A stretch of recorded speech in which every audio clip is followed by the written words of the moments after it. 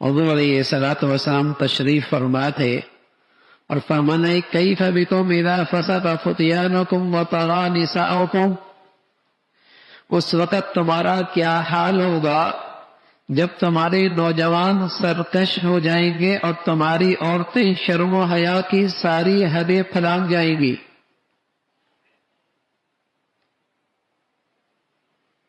تمہارے نوجوان سرکش ہو جائیں گے اور تمہاری عورتیں شرم و حیا کی ساری حدیں پھلانگ جائیں گی۔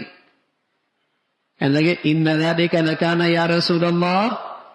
یا رسول اللہ مسلمان معاشرے میں ایسا بھی ہوگا؟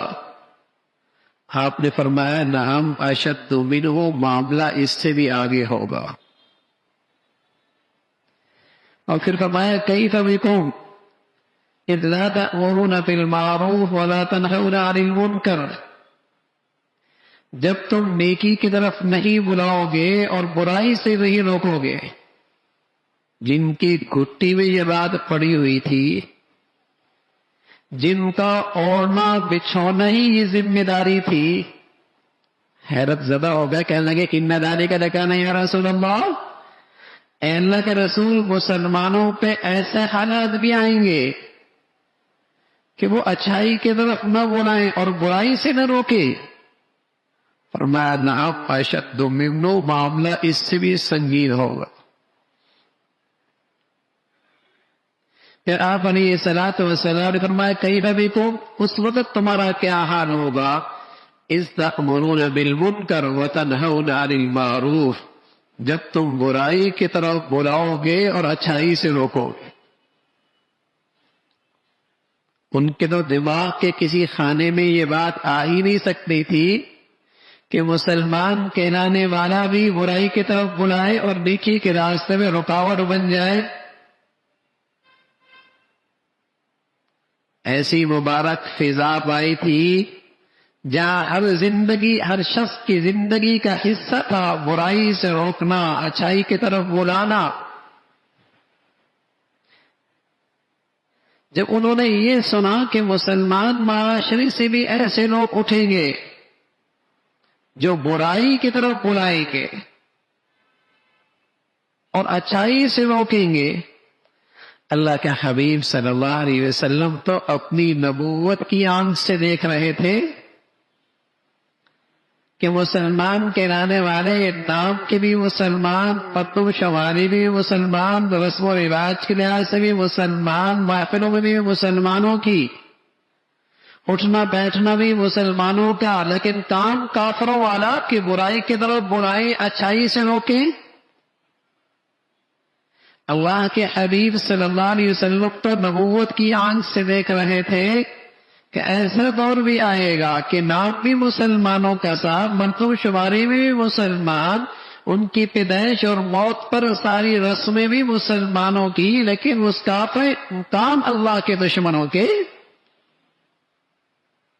کہ وہ برائیوں کو فروغ دیں گے اور ان کی دولت، ان کے وسائل، ان کی صلاحیتیں، ان کے عہدے، ان کے مناصب، ان کی قوتیں، ان کی طاقتیں اللہ کی دشمنی پر، اللہ کی نافرمانیوں کو پھیلانے میں لگ جائیں گے۔ کہ یا رسول اللہ ان ذالک لکان یا رسول اللہ، ایسا بھی ہوگا؟ تو آپ علیہ الصلوۃ والسلام نے فرمایا نعم اشد منہ، معاملہ اس سے بھی آگے ہوگا۔ نہ صرف یہ ہے کہ مسلمان کہلانے والے برائی کی طرف بلائیں گے، نہ صرف یہ کہ مسلمان نیکیوں کے راستے میں رکاوٹ بن جائیں گے، خیر کے کاموں میں رکاوٹ بن جائیں گے، نیکی اور بھلائی کے راستوں میں رکاوٹیں ڈالیں گے،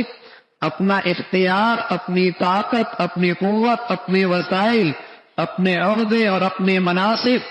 ان کا استعمال مسلمانوں کو نیکیوں سے روکنے کے لیے استعمال ہوگا، بلکہ معاملہ اس سے بھی سنگین ہوگا۔ اور آپ علیہ الصلوۃ والسلام نے فرمایا لگے کیف بکم، اس وقت تمہارا کیا حال ہوگا ان رأیتم المنکر المعروف والمعروف المنکر، اس وقت تمہارا کیا حال ہوگا جب تمہارے نظروں میں برائی اچھائی بن جائے گی، جب تمہاری نظروں میں برائی اچھائی بن جائے گی، گناہ نیکی بن جائے گی، گناہ ترقی کی چیز بن جائے گی، گناہ اسٹیٹس بن جائے گا، گناہ خوشی کا باعث بن جائے گی، گناہ تمہاری شادیوں بیاہ کے اندر تمہارے لیے جسے کہیں کہ انجوائے اور خوشی کا موقع فراہم کرنے کی چیز بن جائے گی۔ جب گناہ ہو تو تم زندگی میں لذت لینے لگ جاؤ گے۔ کیف بکم اذ رأیتم المنکر المعروف، جب گناہ تمہاری نظروں میں اچھائیاں بن جائے، والمعروف المنکر اور معروف منکر بن جائے اور گناہ نیکیاں بن جائے، گناہ نیکیاں بن جائے اور نیکیاں گناہ بن جائے، یہ معاملہ بھی آئے گا۔ اور میرے عزیزو، یہ وہ سطح ہے معاشرے کی جہاں ایمان بھی سلب ہونے لگتا ہے،